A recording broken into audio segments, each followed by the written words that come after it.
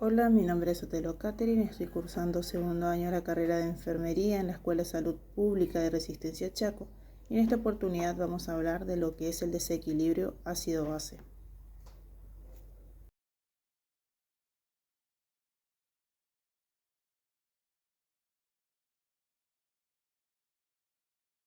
Bueno, entonces podemos decir que los trastornos ácido-base son cambios patológicos de la presión parcial de dióxido de carbono o del bicarbonato sérico que producen en forma típica valores de pH arteriales anormales. Tenemos lo que es la acidemia, que la acidemia es el pH sérico menor de 7,35. Tenemos la alcalemia, que es el pH sérico por encima del valor normal, que es 7,45.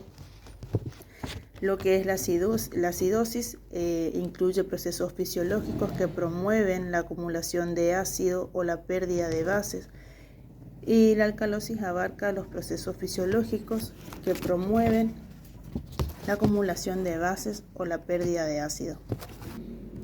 Los verdaderos cambios en el pH dependen del grado de compensación fisiológico y los múltiples procesos que se ponen en marcha. Se clasifican en acidosis metabólica, alcalosis metabólica, acidosis respiratoria y alcalosis respiratoria. Ahora en este momento vamos a hablar de lo que es la acidosis metabólica, que es la reducción primaria de la concentración de bicarbonato con descenso compensatorio de la presión parcial de dióxido. El pH puede ser muy bajo o solo algo inferior. Se clasifica como con brecha aniónica, anormal o elevada, de acuerdo a la presencia o a la ausencia de aniones no medidos. La etiología es la acumulación de ácidos debido a aumento de la producción de ácido o de ingestión de ácido, la disminución de la excreción de ácido, pérdida gastrointestinales o renales de bicarbonato, y las causas se clasifican según su efecto sobre la brecha aniónica, que las causas según la brecha aniónica elevada pueden ser la cetoacidosis, la acidosis láctico, insuficiencia renal e intoxicaciones. La cetoacidosis es una complicación frecuente de la diabetes tipo 1 con desnutrición y en menor medida con ayuno.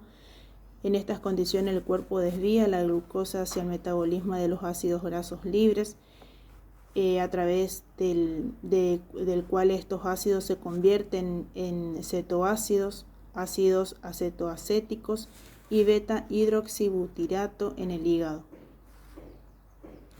Tenemos lo que es también la acidosis láctica, que es la causa más frecuente de la alcalosis metabólica en pacientes hospitalizados. La forma más grave se identifica durante diversos tipos de shock. Las enfermedades y los fármacos que alteran la fusión mitocondrial pueden causar acidosis láctica. En la insuficiencia renal causa acidosis con brecha aniónica alta debido a la reducción de la excreción de ácidos y la reabsorción de bicarbonato. Con brecha aniónica normal tenemos lo que son las pérdidas gastrointestinales o renales de bicarbonato, compromiso de la excreción renal de ácido. Los signos y síntomas pueden ser náuseas, vómito y malestar en general, hiperpnea. La acidemia grave predispone al desarrollo de una disfunción cardíaca con hipotensión arterial y shock, arritmias ventriculares y coma. La acidemia crónica causa una desmineralización ósea, como por ejemplo el raquitismo, la osteomalacia, osteopenia. El tratamiento, primero se trata de lo que está causando este desequilibrio, el tratamiento de la causa, y se administra bicarbonato sódico, pero principalmente para las acidemias graves, administrar siempre con precaución. Bueno, ahora vamos a hablar de lo que es la alcalosis metabólica, que es el aumento de la concentración de bicarbonato con incremento compensador de la presión parcial de dióxido de carbono o sin él. El pH puede ser alto o casi normal. La etiología es la acumulación de bicarbonato debido a pérdidas de ácido, administración de alcalinos, desplazamiento intracelular de iones de hidrógeno, como ocurre en la hipopotasemia. También tenemos retención renal de bicarbonato. Independientemente de la causa inicial, la persistencia de alcalosis metabólica indica un aumento de reabsorción renal de bicarbonato, porque en condiciones normales el bicarbonato se filtra con libertad en los riñones y se excreta.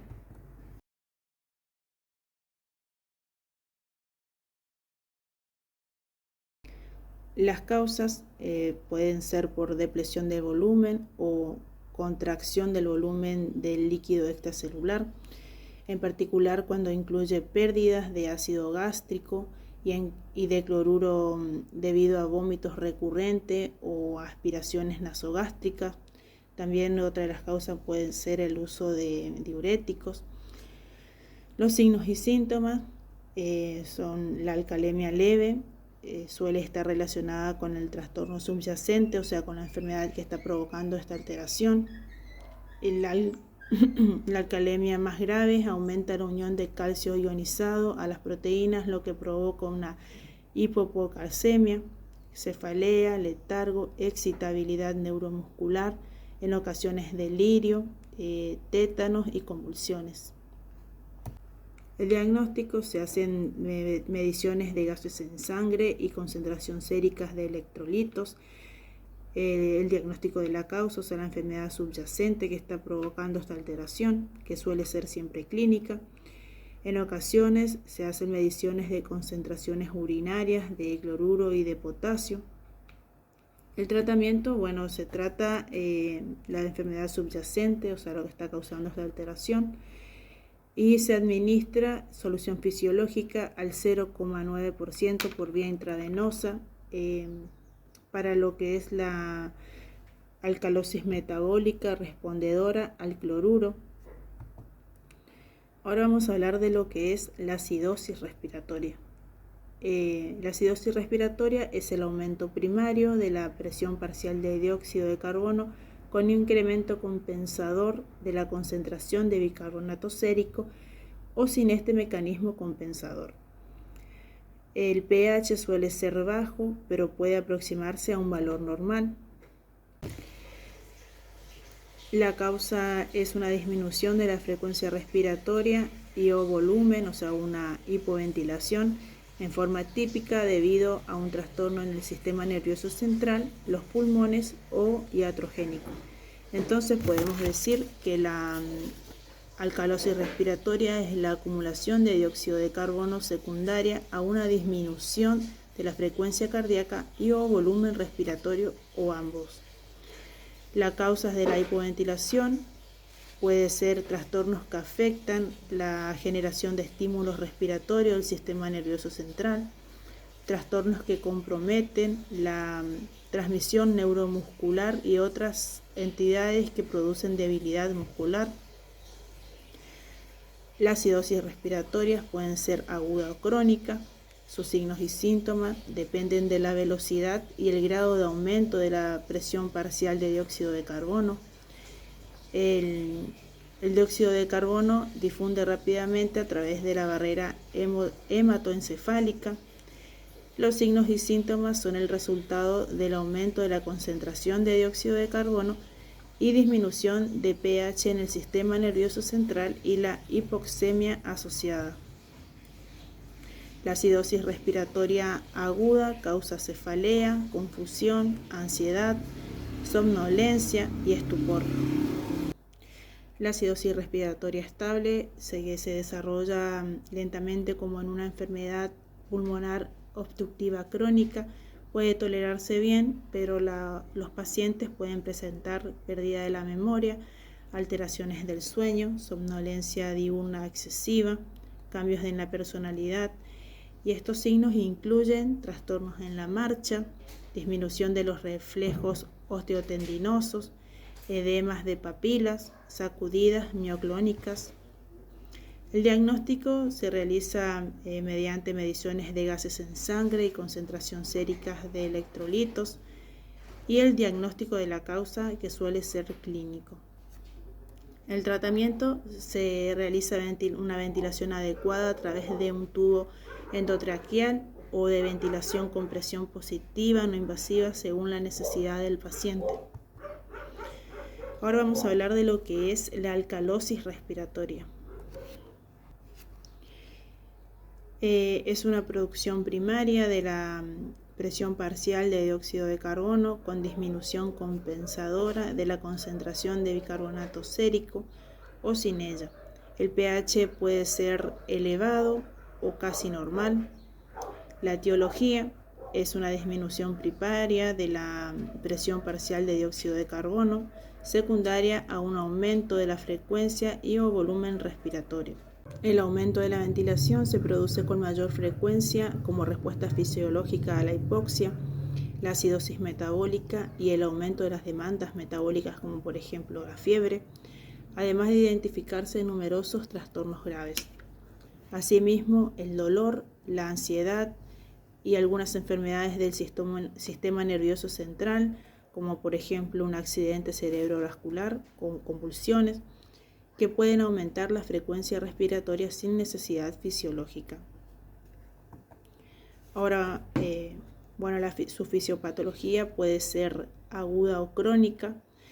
La distinción se basa en el grado de compensación metabólica. El exceso de bicarbonato sérico se amortigua por el ion hidrógeno extracelular en pocos minutos, como ocurre una compensación más significativa en 2 o 3 días a medida que los riñones disminuyen la excreción de hidrógeno. Los signos y síntomas dependen de la velocidad de descenso de la presión parcial de dióxido de carbono. La alcalosis respiratoria aguda causa mareos, calambres, confusión, síncope, parestesias periféricas. Y la alcalosis respiratoria crónica es asintomática y no produce signos distintivos. El diagnóstico se realiza mediante mediciones de gases en sangre y concentración de electrolitos. En presencia de hipoxia se busca la causa de forma exhaustiva. El tratamiento de la enfermedad subyacente, o sea, lo que está provocando esta alteración. La alcalosis respiratoria no amenaza la vida del paciente, de manera que no es necesario implementar intervenciones para descender el pH. Diagnóstico de enfermería. Un diagnóstico real puede ser un aumento excesivo de ácidos en sangre relacionado con la diabetes, manifestado por náuseas, visión frecuente, sed excesiva, confusión, etc. Un diagnóstico de riesgo puede ser el riesgo de edema cerebral relacionado con niveles altos de glucosa en sangre y niveles muy bajos de insulina. Otro diagnóstico de riesgo puede ser riesgo de infarto agudo de miocardio relacionado con acidosis metabólica.